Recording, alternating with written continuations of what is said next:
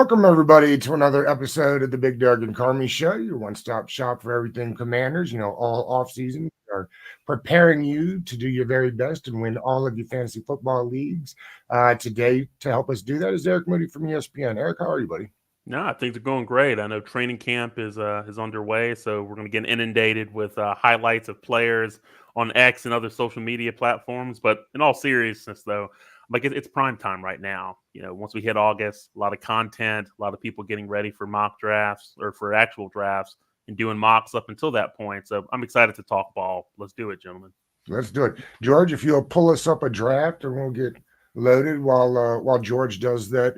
Eric, what do you have a favorite way to fantasy football? I mean, there's like a million different ways to play now. Yeah, no, you're right about that. You got DFS, you got best ball that we're about to do, and of course redraft and dynasty. But for me, I would say my favorite format has always been like a keeper league. It's kind of the best of both worlds with redraft and dynasty. So I think the perfect league is say a 12-person keeper league, PPR scoring, couple of yardage bonuses and other kind of unique scoring features to add on. And it's an in-person draft, an auction draft. You get to have 3 keepers year in and year out. That is fantasy football nirvana, in my opinion. We were supposed to have Dave Davenport on a couple of weeks ago. He's into the auction. I think, George, you and I both said this.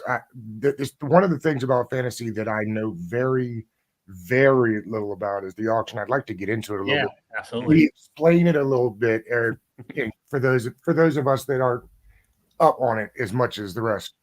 Yeah, well, one thing I love about auction leagues is that you don't have to really worry about average draft position or ADP because you've got a budget that you can spend. Let's just say if you've got $200 and players are getting nominated, so think Justin Jefferson, Christian McCaffrey, Patrick Mahomes, and so you can bid on those players. So if you really want Justin Jefferson on your team, you could spend $200 worth of your budget. I wouldn't recommend doing that, but it's that great dynamic for where if you really want your guy, you can go get your guy, but you can also find values in other stages of the draft and really monitor like the budget that others in the league has, because if you're at the tail end of your draft and you've got more money than others, you can really bid and get a lot of those sleepers and breakout candidates on your team. But I just like the flexibility of it, because if you really want your guy, you can have your guy on your team. You just have to pay. Eric, we're about 2 picks away here. How do you like starting these things? We're going wide receiver here. You like running back here at the 7th spot? Yeah, I would say from this spot here, I'm like one player that's really, I would say, calling my name would be like Bijan Robinson at this stage of the draft. Okay. I know a lot of people look through the rearview mirror and think about Bijan from last year in that committee, former head coach Arthur Smith, splitting touches with Tyler Algier. But I really like what I've heard and I've seen out of Atlanta this year. So I think getting a guy like Bijan Robinson at this stage of the draft, where he could potentially be the 2024 version of Christian McCaffrey, that is very attractive at this stage of the draft, in my opinion. From a strategy standpoint, if we're going running back early, are we then going like hero running back? Are we waiting a while before we dip in? How much are we going to dip into the wide receiver pool before you think about going to running back again? Well, it just really kind of boils down to I like to use like positional tiers in drafting. So it really boils down to supply and demand, and what you can really adjust on how others are drafting. I would say ideally, having like a wide receiver, if we're starting off with Bijan, would be ideal, just because if you start off with Bijan, you get a pretty good floor and ceiling there, and then trying to find a wide receiver one that's going to get a ton of targets. I think that would be the way to go. It just depends on who's available. I'm trying to look here and see at wide receiver. Yeah, we're looking at Nico Collins, Deebo Samuel, Devontae Adams, Jalen Waddle, Brandon Ayuk, Mike Evans are the top wide receivers on the board. I really like Devontae Adams here. Okay. I think Devontae Adams would be a really good target, assuming he's available. The one thing that really kind of gets me is that people forget, I guess, the type of season that Adams had last year. They kind of forget how the season ended. We all remember the middle part of the season where he didn't have all those targets. We were wondering, like, where are the targets for Devontae Adams? But you had Antonio Pierce, interim head coach, who's now their full-time head coach or permanent head coach. Well, NFL. No, nothing's permanent. Yeah, right? nothing's permanent. But Adams, I'm like, he finished last season strong. I'm like, he posted the league's highest target share, 36.4%, and had 5 games of 14 or more fantasy points. So targets will be there for Adams regardless of who's throwing him the football. So being able to get him on this team where we started off with Bijan, I think that's very attractive. It's going to be interesting because I love having these guests come on our show because I think that's the highest we've ever drafted Davante Adams. So we're going to different share in him. It might so I'm be excited our about that. first share of Davante, actually. Yeah, first share, exactly. No. And then a question for both of you guys. Are you guys watching The Receiver on Netflix right now? Or either one of you guys? I'm a couple episodes behind. I think I got through the first 2. I'm saying Davante Adams is definitely like the heart of the show right now. I don't know if you guys are catching that at all. So it's really interesting. So I still need to watch it, my man. I haven't. I've got it on my list, but I still have to watch it. It's been kind of a busy time since that show's come out, but it's at the top of the list, we'll say. Well, what are we looking here next? We go back to receiver here, or what do you like? So we were able. I kind of clicked off that window for a second. We were able to land Adams, right? Okay, yeah. Adams and Bijan. Okay, so neighbors. Go ahead. I'm just looking at the board just to see who we have here. I'm really looking like if Kyren Williams or Derrick Henry is available. That'd be nice. I feel confident, like especially in the middle rounds to the later rounds. Guys like Terry McLaurin, Cortland Sutton. So I'm thinking Kyren here. I like it. Yeah. So let me pose you a question there. Kyren too, right? Yeah, I think so. I actually am really interested in Kyren. So right there, Eric. So let me ask you a question. So Derrick Henry, do you find him as a great fit in Baltimore, or do you think Lamar Jackson will potentially steal some rushes there? I think it's a great fit in my opinion. And then Kyren, what are your thoughts on him as a second year as a running back for the Rams?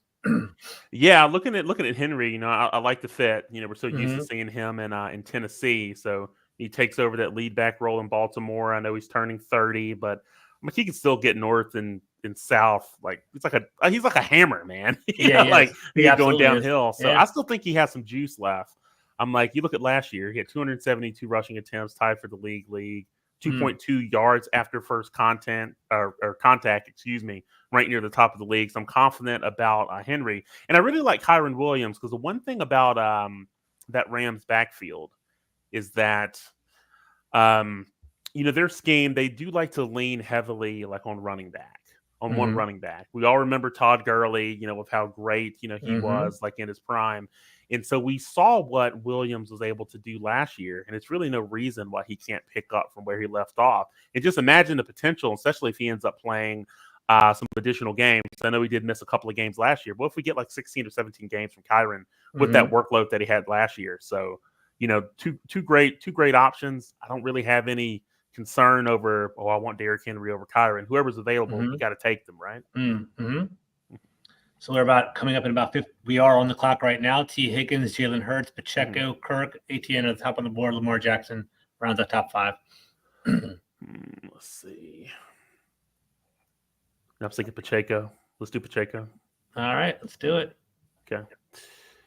All right, so just before we kind of discuss that, so we've got Bijan, Kyren, Pacheco, and we got Adams. Okay, we definitely would want to go, wide receiver.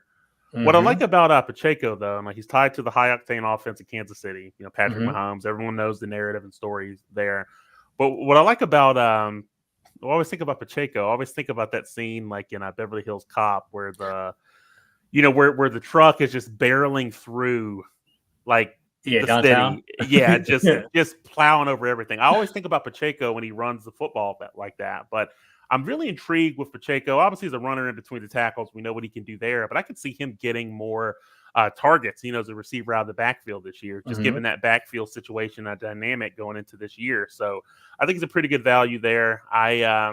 Just because we went so heavy with running back, we definitely need to aggressively target wide receiver. Let's just take a look. Who's maybe we can try to do a little pre-planning here. So Hollywood Brown, Keenan Allen, Jaden Reed, Chris Godwin, Rashee Rice, Xavier Worthy. And for me, it's interesting, right? We see that whole little Kansas City hodgepodge, Rashee Rice and Xavier Worthy right there, but also Green Bay. They had that depth of wide receiver as well, Jaden Reed, Dontavius Wicks, and people like that. So it's interesting. Yeah. What are your thoughts? Yeah, I just think Reed, his ADP, where he's going, is kind of a concern. I'd rather just wait a little bit and get Christian Watson. Okay. Especially with some of the things that we know how productive he is when he's on the field. Yeah. But it's also some things he's done this offseason after some studies. I can get into that in a little bit, depending if we're on the clock, for where I think he'll be a nice value where the hamstring issue may not be as much of an issue this year. But I'm like, there's some other guys, like I see like Deontay Johnson, it's another guy who's available late that I think we should have on our list. Cortland Sutton. I'm trying to think about guys who are the number one receiver who have a very favorable ADP. So guys like Cortland Sutton, Terry McLaurin. Those are guys available late. The thing with like Marquise Brown, even if we wanted to double dip on the Chiefs, is that he's got Xavier Worthy where he's competing for targets. But in best ball, we know with Mahomes, he's going to have some of those boom weeks, right? Yeah, exactly, 100%. So you got to keep that in mind. But I'm really intrigued by like Chris Godwin here. Okay. Yeah, I keep hearing they're moving into the slot, so I keep hearing they're going to put a lot of targets. What I'm getting from all the readings that I'm catching. Yeah. So what I like about Godwin is that he finished what is just inside the top 30 in fantasy last year. I think wide receiver 28.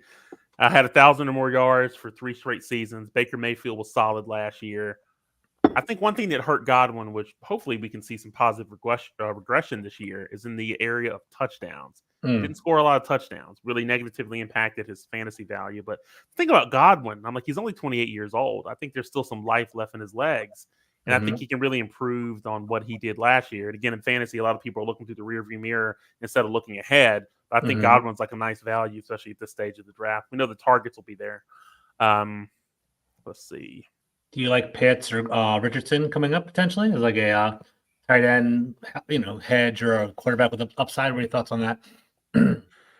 Or wait? I was thinking just with the way the team's situated so far, I think we need to get another receiver now. Okay. You can always pair up, a couple of different tight ends, and there are some sleepers and breakout candidates I like later that you can kind of use, especially like in best ball, kind of roster, 2 or 3, 2 to 4 of those types of players.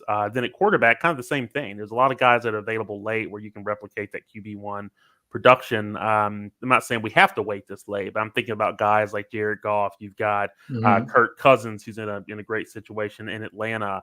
Even guys like Matthew Stafford, who are available late, and Aaron Rodgers is there as well. So I think there's some options there. So. Yep. Okay. So we can wait. The Stafford ADP is interesting because if he's healthy, there's no reason to think that he can't have something close to the Super Bowl level production just a couple of years ago.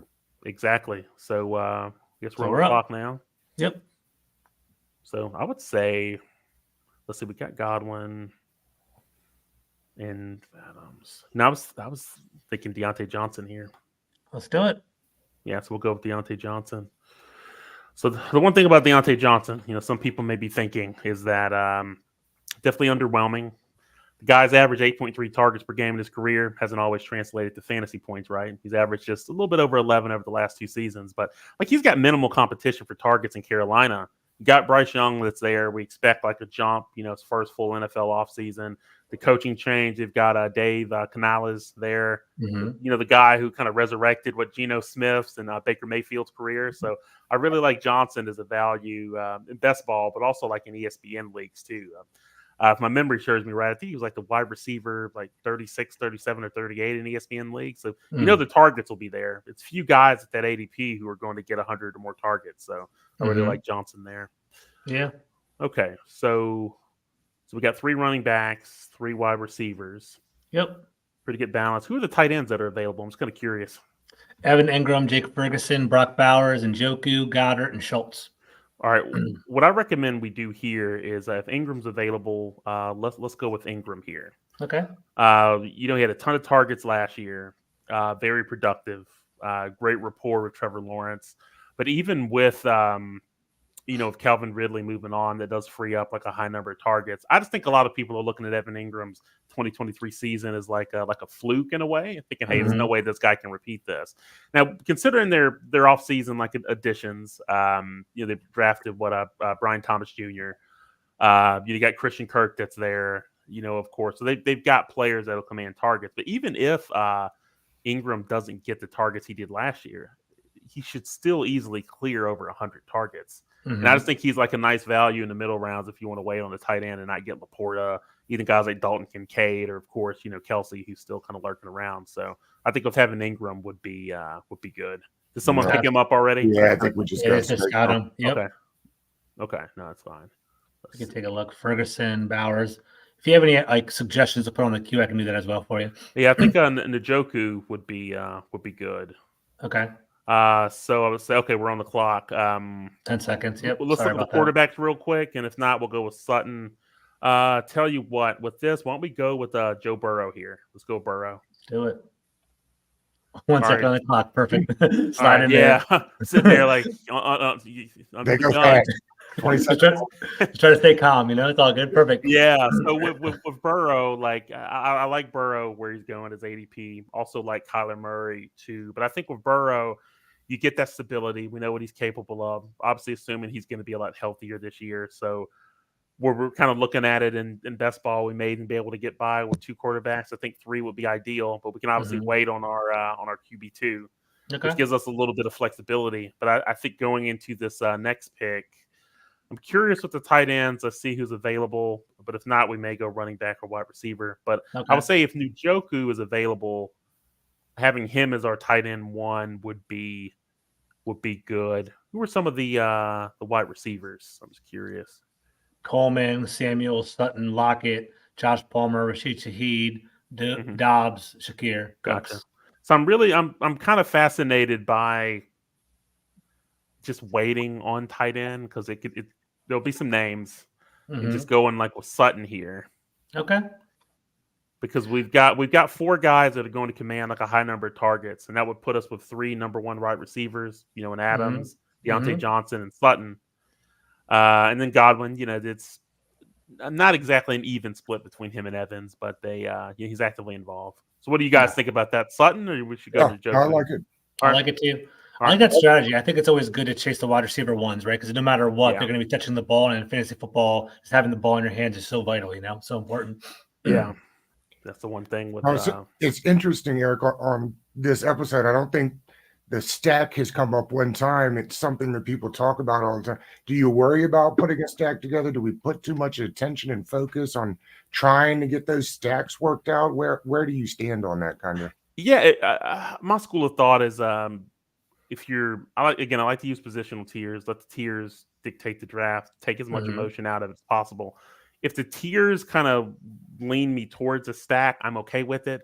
But I'm not just saying let me stack the stack just because it's sexy, Yeah. So that's kind of my take on it. But like to your point with the wide receivers that we have paired up here, I'm like it's definitely in the realm of possibility, especially with no Jerry Jeudy, that Sutton gets 120, 130 targets easy.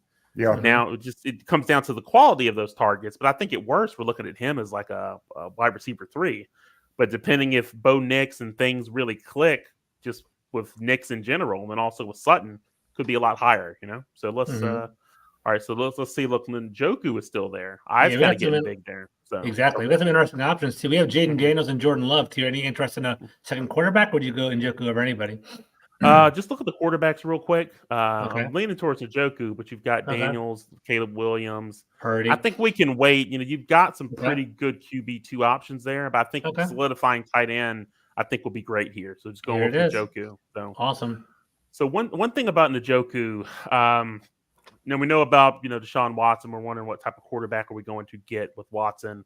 The further out he's removed from that suspension, but like you look at Amari Cooper and Jerry Jeudy, those guys are going to command targets. But I think a really solid floor for Njoku would end up being, I think 90 targets. I think he can easily get 90 or more targets. We saw how proficient he was in the red zone last year.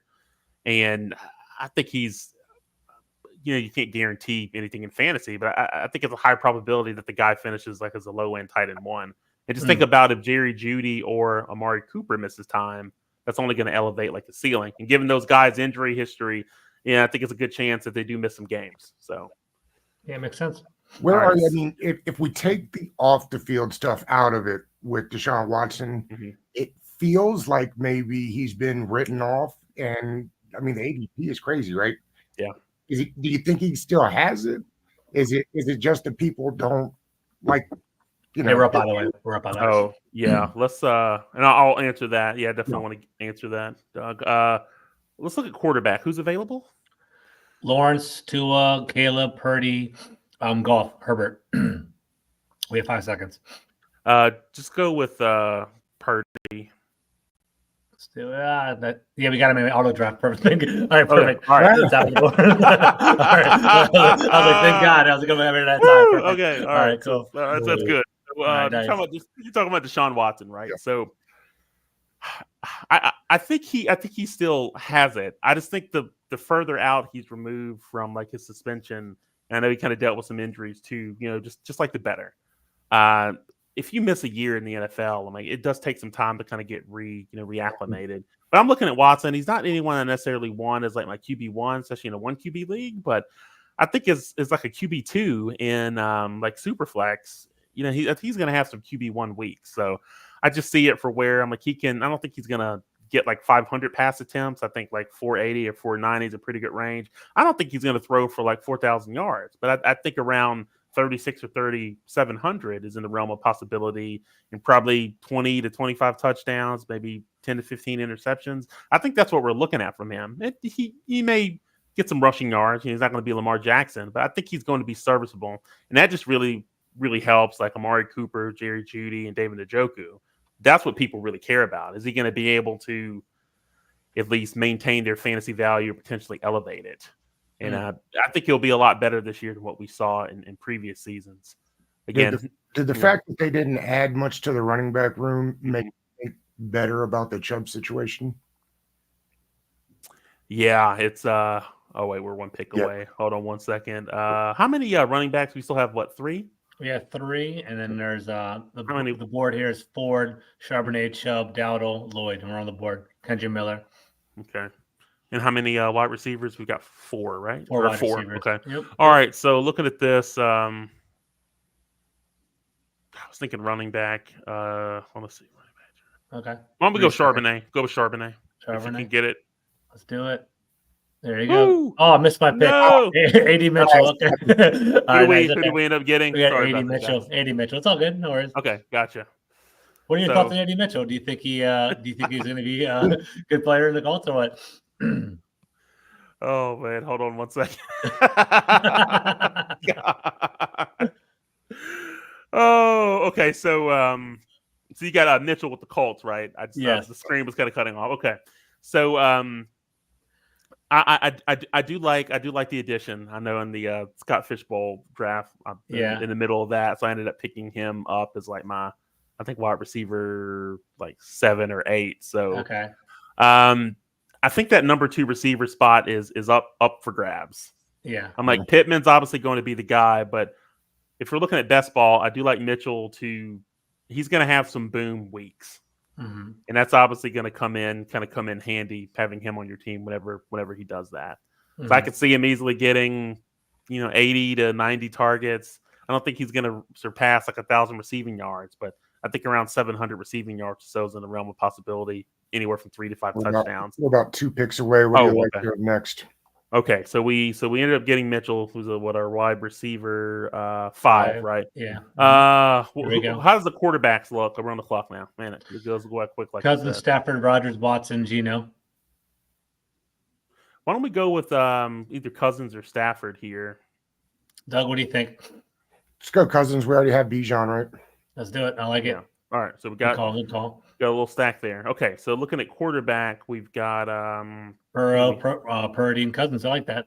All right, so we got our 3. We got the bye week, for week 12. So we'll kind of cross our fingers there. But I think we've got a good enough of a QB by committee to work. Looking at running back, we've got 3. Mm-hmm. So Bijan, Kyron, and Pacheco.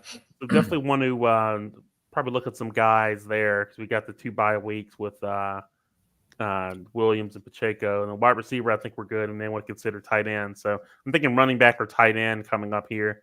So looking at the running backs here. So do you have a couple you want to put in the queue? Yeah, I'm looking at Lloyd, Miller. Okay. Like Jalen Wright would be like another one. Mm-hmm. Want to scroll down a little bit. I'm kind of curious to see. I'm just trying to have the underdog ADP in my mind. And you've got other starters that we could potentially get later. Guys like I guess I didn't know if Gus Edwards is still there. I did see J.K. Dobbins. Let's look him up real quick. Yeah, so I know Dobbins was there. He's gone. So Dobbins would be one. especially one that could pay dividends later in the season. So those would be some running backs. Looking at wide receivers, I'm kind of curious who's there. Davis, Polk, Lloyd. Davis, Polk, Leggett, Mooney, Okay. Burton. Now, one person, I don't know if he's still available, Demario Douglas. That could be one. Yep. Let's add that there. And looking at tight end, let's see who's there. Henry, Fant, Conklin, Kate Otten, likely Sinet. So I guess we could put Fant, star Fant, put him on the watch list, or Q Otten. Okay. I know People love Otten. People talk about Otten, right? Yeah, they do. Yeah. So there can be some other guys there, but I'm thinking here, would be good to get that other running back on, and then coming back when we're on the clock, even looking at like a guy like Demario Douglas. Just depends. I've seen him go really late in a lot of redraft mocks, but I think we definitely need another running back. So I'm thinking Miller here. Okay. Definitely kind of have some words on him because here my take is that I don't see I don't really see. Yeah, Kamara is going to be the guy, but he wasn't as effective as a runner in between the tackles. You look at his yards per carry, that sort of thing. I'm not completely sold on Jamal Williams that he's just going to be the number 2 guy. So what I could see happening is them really pivoting more to Miller because a runner in between the tackles, giving him some of those touches. And then, who knows what will happen if Kamara misses time. I mean, you're looking at someone that could be potentially like a league winner if given the opportunity. And I know he dealt with injuries himself last year, but he did have some moments where you kind of got a taste of what Miller, could bring to the table. So, what are your thoughts on Kamani Vidal? I've been hearing kind of dark horse kind of things about him recently. The Chargers definitely want to run the ball, kind of a Michigan model, but Gus Edwards is a pretty good hammer, but it doesn't have the explosiveness as Vidal, and Dobbins is the question mark. Do you have any thoughts on him, or is he still like a deep sleeper in your opinion? Yeah, I would still consider him a deep sleeper, but he's still one of those guys. If you're towards the tail end of your draft, if you want to add him as your, RB, 5 or RB6, those are the kind of guys that you want to bet on because there's uncertainty, right? You got Dobbins coming off a major, injury. I'm like, he hasn't been the healthiest his entire career. And you got Gus Edwards, I'm like, he's Gus Edwards. He's not we're on going the to be top, by the way. We are. Okay. Yeah, sorry. Oh no worries. Why don't we go with 10 seconds. Tight end. Why don't we go with Fant? Yeah, let's go with Fant. Yeah. Okay. No, you're good. Right. Cool. So, sorry about that. How many tight? Oh, no worries. Thanks for the heads up. I was kind of switching between screens. Tell me about it. Wow. Yeah, we have Njoku and Fant. They're both on 10, but we'll add another. Obviously, had to take into account those bye weeks, right? Yep. All right, so let's see. The queue's getting light, so I don't think we necessarily need another quarterback. I guess they must have taken Douglas. Yeah, we had Douglas in the queue. So let's see. How many running backs? We've got 4 running backs. Yeah, 4. 5 wide receivers. Let's take a look and see who the wide receivers and running backs are. Okay. Got 5 picks away. I think you're right though about the tight end because they'll be on by at some point. We don't have to do that. There's no rush, but yeah. All right, so here's some of the guys. Troy Franklin possibly. Troy Franklin ends up being wide receiver 2 there. Oh, what were you saying, Doug? I was saying, what's the likelihood that Troy Franklin ends up being receiver 2 out there behind Sutton? He's already got the rapport with the new quarterback. Yeah, it's going to be tough, and that's kind of where the training camp, kind of observations kind of come into play. I just kind of had it pegged as like Sutton's going to be the number 1, and then you got Marvin Mims that's there, and then Patrick too. Okay, what do you guys want to go with here? Like a open for whatever. We can do Troy Franklin, J.K. Dobbins. We have 5 seconds, though. Whatever you like to do. Yeah, let's just go with Dobbins. Okay. Oh, boy. That's right. Yeah, we got him anyway. I don't know how that works. Maybe because it's you or something. Yeah, there you go. Yeah. Right, Okay, so we got a pretty good balance. 5 running backs, 5 wide receivers. Okay. I don't mind that pick there, by the way. I think that's like let's say he does become a starting running back for the Chargers down the road. Just having him as one of our 5 potentially in best ball is great. It's not a bad pick. Yeah, it's kind of one of those things where I don't know both of those guys will be involved, but I'm looking at like Dobbins. I'm like, he can easily Like he's going to be a 170, 180 touch guy. So I think him and Edwards are solid like RB3s. It's just if Dobbins comes back and he's he's healthy. Again, I know major injury. I'm like it wouldn't surprise anyone if he kind of runs away, no pun intended, with the backfield, by the tail end of the season. Okay. I think he just got picked, but I'm curious your thought on Ray Davis. You think they'll have like an immediate role carved out for him? I think they definitely want to lean, on Cook, but I would say with Ray Davis, I think he should be drafted like in most leagues, as like a lottery ticket. So I do see him being like involved. I think he'll be more involved in the backfield than like Ty Johnston, and Darrington Evans. Right. So no, I do like Davis. He's kind of one of those guys, if he's available, near the end of your draft, just stash him. One of those guys I would be very open just to holding. We're on the clock. Okay. Yeah. I don't know if you want to grab a tight end. I picked Stinnett, Juwan Johnson, Mike Gesicki. Akako went off the board, so I don't know if you're interested in any of those guys. Yeah, I would say with Sennett. Yeah, I do like Sennett. Why don't we go tight end? Okay. We go there. The one thing that's really I guess fascinating, with Sennett is what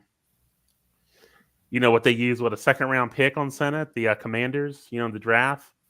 I think it's a great opportunity there for him to shine. You've got Zach Ertz that's there. He's dealt with injuries. He's older, 33 years old, I think, for this year. So he's the only really threat on the depth chart. But one thing that comes back with Sennett that I think about, where he led Kansas State in receiving yards and touchdown receptions, and he really shined at the combine as well. I'm like, he moved really well, showed great speed, and I know rookie tight ends can be, risky in fantasy, especially when they're paired with rookie quarterbacks to be catching passes from Jaden Daniels. But I just think I think a tight end 2 finishes in the realm of possibility. So, if he's our tight end 3, I think it's a risk worth taking, just given how the team's coming together. So, we have a pretty well balanced team, to be honest. We have 3 quarterbacks, 5 running backs, 5 wide receivers, 3 tight ends. So we're good there. Yeah. So, what are you thinking, gentlemen? Just to probably just pound out running back and wide receiver here. I agree. I think so. Just to kind of close it out. So, okay, let's just look at running back real quick. I'm just kind of curious with this. Let's look at wide receiver. Okay. Got Boyd, Slayton, George. People like him. Yeah, definitely. On the clock. Oh, we are here, right? Yeah. You just want to go with Dortch here? I'm just trying to think about guys that are going to at least see decent target volume, right? Yep. Okay, so that could be good. These are where you're just trying to throw dart picks, right, and hope by the mid-season some of these guys, catch on. Yeah, because it's even looking at like Dortch in Arizona. I'm like, Marvin Harrison Jr. is obviously going to be a target monster. You got Zay Jones and stuff that's there, but I think what could be interesting is depending if Dortch and Michael Wilson, kind of what happens there. And again, it's kind of one of those things you just have to kind of monitor. But like you said, it's really all about dart throws. Like at this point, I guess looking at running back, let's kind of see who's there. So I was almost leaning towards like Clyde Edwards-Helaire here. I was thinking about that.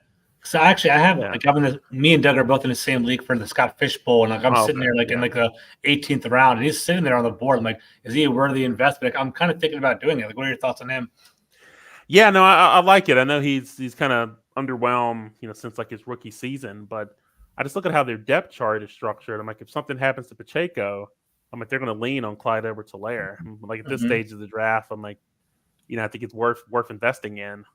Right. So like they plan on being a little more run heavy in Kansas City this year as well. Yeah, so I think that'll be a good addition to the team. Exactly, because I think people kind of bought him high, thinking him as RB1 for that Kansas City offense, and were disappointed with his results. But if you get him like in the 18th round, that's a worthy dart throw, in my opinion, right? Like, there's definitely some upside there. Yeah, I'm like he's or on the clock actually. There you go. And he just got he got taken. So 12 seconds. He got taken. I'll go with Pierce. Maybe Damian do it. Pierce. Yeah, that's consider that one too. Yeah, it's just kind of another similar scenario as you were talking about Clyde Edwards-Helaire. Like they got Joe Mixon, right? Mhm. But and Joe Mixon's always had like a lot of heavy volume, but hasn't really been as consistent. But again, if something happens to Mixon, who's obviously getting up there in age, they'd have to lean back on Pierce again. And just this is something you can't quantify really in fantasy, obviously. But just think about how he performed like last year. If given an opportunity, I would assume he would put his best foot forward, considering NFL is his livelihood, right? So, Absolutely. he's still on the team. He's kind of demoted, but it's just like if he gets an opportunity, you think he'd be chomping at the bit. So let's see. So we got 6. Okay, that's it, man. Yeah. Well, let's give it a second. What we typically do is we pull up the board, kind of see picks that we especially liked, and the ones we kind of can reflect on where we could have changed. So let's give you 1 second. Let me pull the board up again. Oh no, that's fine. Yeah, I was trying to get up. What are we to make of some of these different offenses that have so many weapons on them? Thinking like Philadelphia, and we were just talking about Houston, like with the addition of Stephon Diggs and Joe Mixon. Like, do you stay away from teams that have that many, or do you say, listen, those are extremely good players and they're going to get their target shares? How do you kind of balance that? Yeah, it's like you'll want exposure to the Houston Texans offense. It's just I wouldn't necessarily reach on some of those players. Like they're all going to command targets. It's one of those scenarios where Collins, Diggs, and Dell.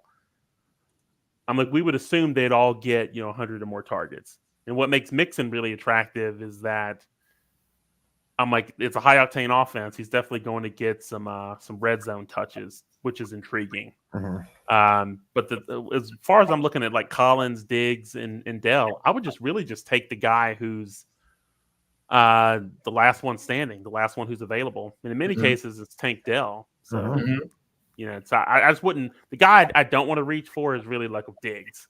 Right. And I have very few shares of Diggs just because the cost and people kind of thinking he's going to be the same guy that he was in his prime in Buffalo, and then that time in Minnesota. So, but All right. So here we are, right here in the middle.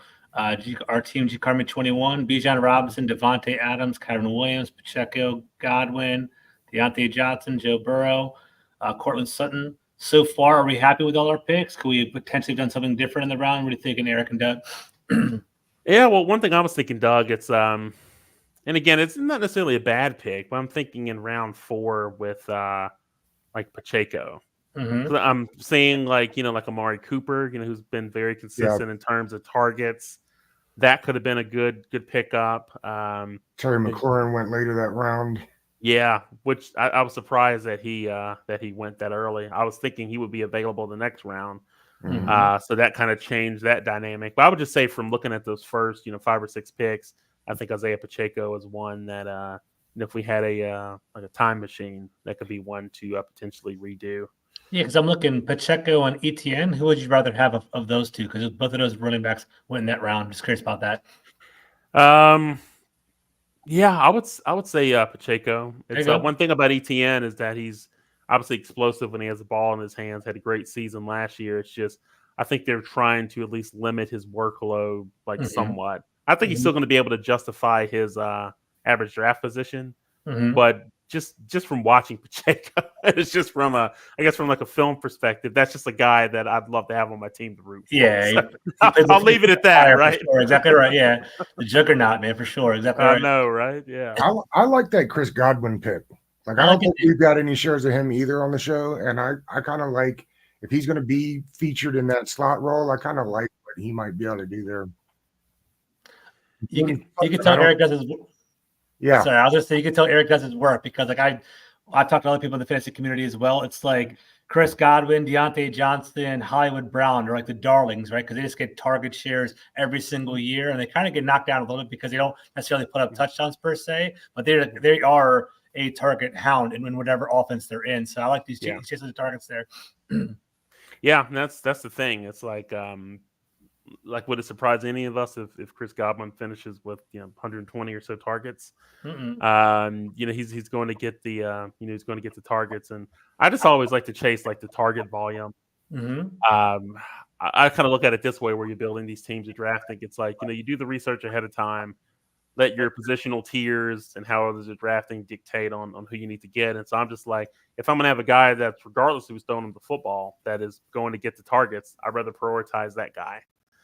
I know we get like intoxicated and enamored. Like, have you seen this guy with his ball in his hands? He's so dynamic and the footwork. That's great. But you can give me an average NFL player, talent-wise and athleticism-wise. If he's getting the targets, that's the guy that I want, because targets and touches really, really trump all, in my opinion. But I don't know. Some may disagree with me on that. George, if we were to take like an overarching view of the episode today, it was Eric reminding us that always look at the target shares. Absolutely. That's definitely a big takeaway from today. And the path to targets. We haven't talked a ton about that on the show. I mean, you do just in the course of these discussions, but today's focus, I think, really was on that. And I think it's important. Very important. Yeah. That's I can add something to that. And if you had another question, is that I think just to give people some things to look for, like if you're evaluating quarterbacks, like the per game stats are always going to be like superior. So I always like to look at passing yards per game.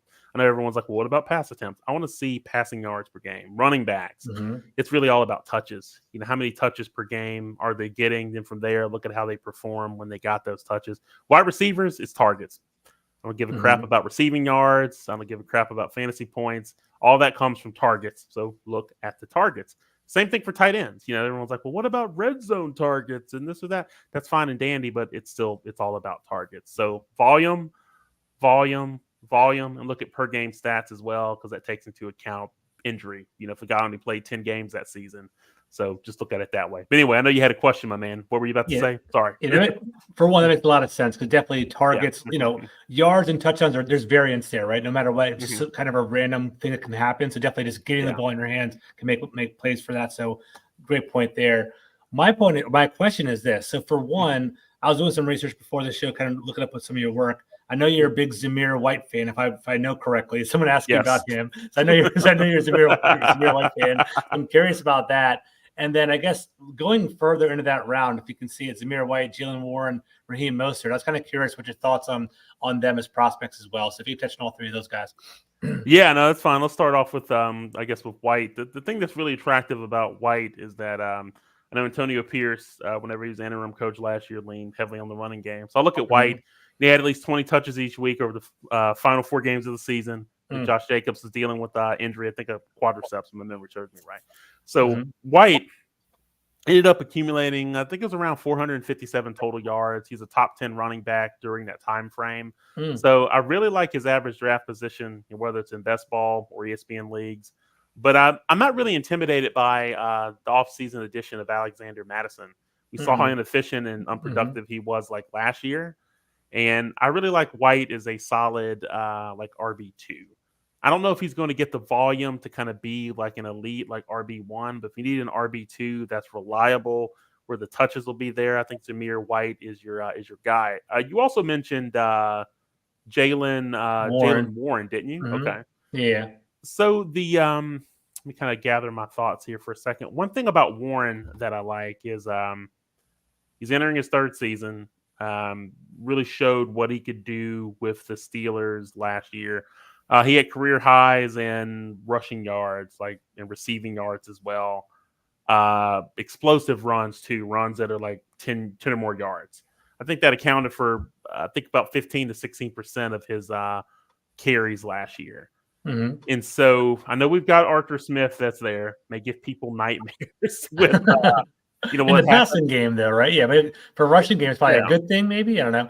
Well, I think it would be a good thing if you're looking like at Warren, because I think a lot of casual fantasy managers, I know we're diehard, but some may look at it still being Najee Harris's backfield. But those that are a little bit more informed know, hey, they didn't give them that other option, so they're most likely moving on.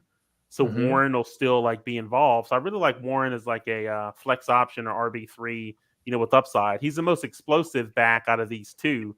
So just who knows? Arthur Smith will be like, hey, this guy's performing well. Let's just give him more touches. I think both will be involved, but if you ask me to choose, I would prefer Warren over over Harris. So, and then the last player you mentioned was Raheem Mostert. Yeah, with Mostert, and so Mostert had a great season. Very productive from fantasy lens. It's just his age, and you just wonder if he's going to be able to replicate it, I guess is the best way to put it. I love where he's going in drafts because that's an explosive offense. So I factor in age and injury history and all that kind of thing, but he's in such a good scheme that really leverages his skill set. I think he can be productive. And so if I'm drafting him as my where he's going, it's like you can get him as your RB3 or RB4. I'm very, very comfortable with that. But just as a contingency plan, I would also end up adding Jalen Wright as well. Just as kind of as a contingency plan, just given his age. And that's one guy in an article that should be publishing soon at ESPN where I talked about insurance running back rankings. And the Dolphins backfield was one backfield that I talked about. Because if you're looking at Raheem Mostert and Devon Achane, those are both guys that are kind of being drafted as starters. Mostert being a flex option, and it seems like what's going on with Achane, he's approaching high-end RB2, low-end RB1 territory, depending on who you're drafting with, right? But I spoke very highly about Wright because I think he's someone that you just need a roster. I'm whether he's your RB4 or RB5, you just need to have him on your team because he could be the 2024 version of Achane like he was last year, right? So those are just some thoughts off the top of my head. So hopefully I hit the nail on that for you. One more before we get out of here, Eric. Oh yeah, that's fine. I know you're busy. What do you make of the Washington backfield as far as fantasy goes? We know there's a particular role for Eckler. We know what he wants it to be. And Robinson is proven to be a workhorse back that I think catches a little bit better than people realize. What do you like about them? Because they're fairly similar in ADP, I think. Yeah, it's I really like Robinson, and I think he's a guy that's going to lead the backfield, especially in rushing attempts. But I think he'll be leaned on more as a receiver out of the backfield. I could easily see him getting around 50 or more targets. So I really like Robinson as a kind of a low-end RB2, and if I can get him as a flex option, even better. I just think it's one of those situations for where, just from what we saw of Eckler last year, I don't think they necessarily want to overwork Eckler. So I do see Robinson as kind of being the guy. But then, obviously, if I think where Eckler kind of fits in, I'm going to bring all this together. Just give me a moment. It's for where Robinson's a guy I want.